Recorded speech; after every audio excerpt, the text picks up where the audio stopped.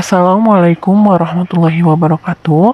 Kami dari kelompok 6 dengan beranggotakan 7 orang, yaitu Abdan Syakuro, Sandy Radiansyah, Dina Anatasya, Nisa Sabila, Ridatul Zannah, Salman Hadi Setiawan, dan Muhammad Andika Akbar. Untuk memenuhi tugas perpajakan, di sini kami akan membahas sedikit tentang pajak bumi dan bangunan dan bea perolehan hak atas tanah dan bangunan. Untuk begitu, kita bahas dulu tentang pengertian pajak bumi dan bangunan. Pengertian pajak bumi dan bangunan. Menurut Direktorat Jenderal Pajak, pajak bumi dan juga bangunan ialah pajak memiliki sifat kebendaan. Berarti, besarnya dari pajak terutang ditetapkan karena keadaan objek pajak ialah bumi atau tanah dan bangunan. Keadaan suatu subjek tidak diikut sertakan dalam menentukan besarnya pajak. PBB atau pajak bumi dan bangunan merupakan sebuah biaya yang harus disetorkan atas keberadaan tanah dan bangunan yang memberikan keuntungan dan kedudukan sosial ekonomi bagi seseorang ataupun badan. Karena PBB bersifat kebendaan, maka besaran tarifnya ditentukan dari keadaan objek bumi atau bangunan yang ada. Selanjutnya yaitu mekanisme pemungutan bumi dan bangunan. Objek bumi dalam pajak bumi dan bangunan yaitu meliputi sawah, ladang, kebun, tanah, pekarangan, dan juga tambang.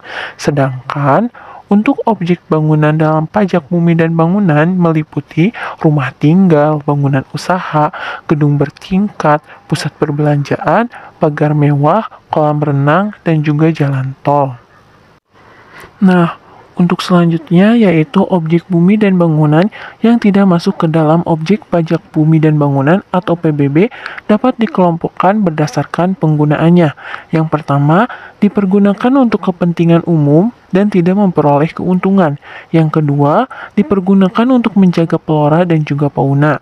Yang ketiga, dipergunakan oleh perwakilan negara atau organisasi internasional. Perhitungan pajak bumi dan bangunan.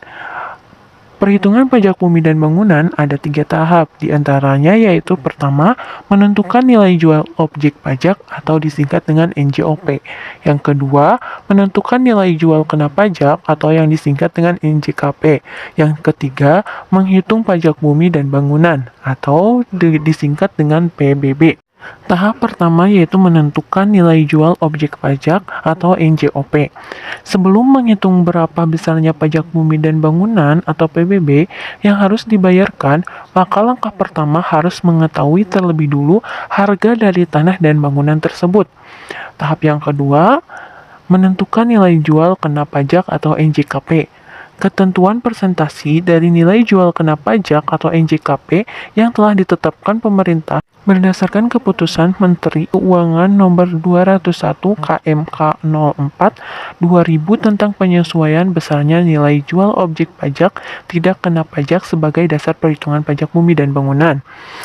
40% untuk perkebunan, 40% untuk pertambangan, 40% untuk kehutanan, sedangkan bagi objek pajak lainnya seperti pedesaan dan perkotaan dapat dilihat dari nilai jual pajak atau NJOP, yaitu 40% untuk nilai lebih dari 1 miliar rupiah, sedangkan 20% untuk nilai kurang dari 1 miliar rupiah. NJKP sama dengan persentase NJKP dikali NJOP. Yang tahap ketiganya yaitu menghitung pajak bumi dan bangunan atau PBB. Setelah mengetahui nilai jual objek pajak atau NJOP dan nilai jual kena pajak atau NJKP, maka dapat langsung menghitung PBB dengan menggunakan rumus PBB sama dengan 0,5% dikali NJKP. Bisa dipahami? Next, kita akan membahas bea perolehan hak atas tanah dan bangunan. Dasarnya, bea perolehan hak atas tanah dan bangunan atau BPHTB adalah pajak yang dikenakan atas perolehan hak atas tanah dan bangunan, yaitu perbuatan atau peristiwa hukum atas bumi dan bangunan oleh orang pribadi atau badan. Adapun objek pajak. Objek pajak adalah perolehan hak atas tanah dan bangunan yang meliputi 1. Pemindahan hak karena jual beli, tukar menukar, hibah, hibah wasiat, dan juga waris.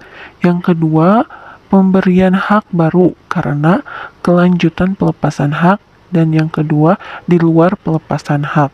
Dan kita pun membahas objek pajak yang tidak dikenakan BPHTB. Yang pertama, perwakilan diplomatik dan konsulat berdasarkan asas perlakuan timbal balik. Yang kedua, negara untuk penyelenggaraan pemerintahan. Ketiga, badan atau perwakilan lembaga internasional yang ditetapkan dengan peraturan Menteri Keuangan dengan syarat tidak menjalankan usaha atau melakukan kegiatan lain di luar fungsi dan tugas badan atau perwakilan organisasi tersebut. Yang keempat, orang pribadi atau badan karena konversi hak. Pembahasan selanjutnya yaitu subjek dan wajib pajak. Subjek pajak BPHTB adalah orang pribadi atau badan yang memperoleh hak atas tanah dan bangunan. Wajib pajak adalah orang pribadi atau badan yang memperoleh hak atas tanah dan bangunan. Mengenai tarif pajak ditetapkan sebesar 5%.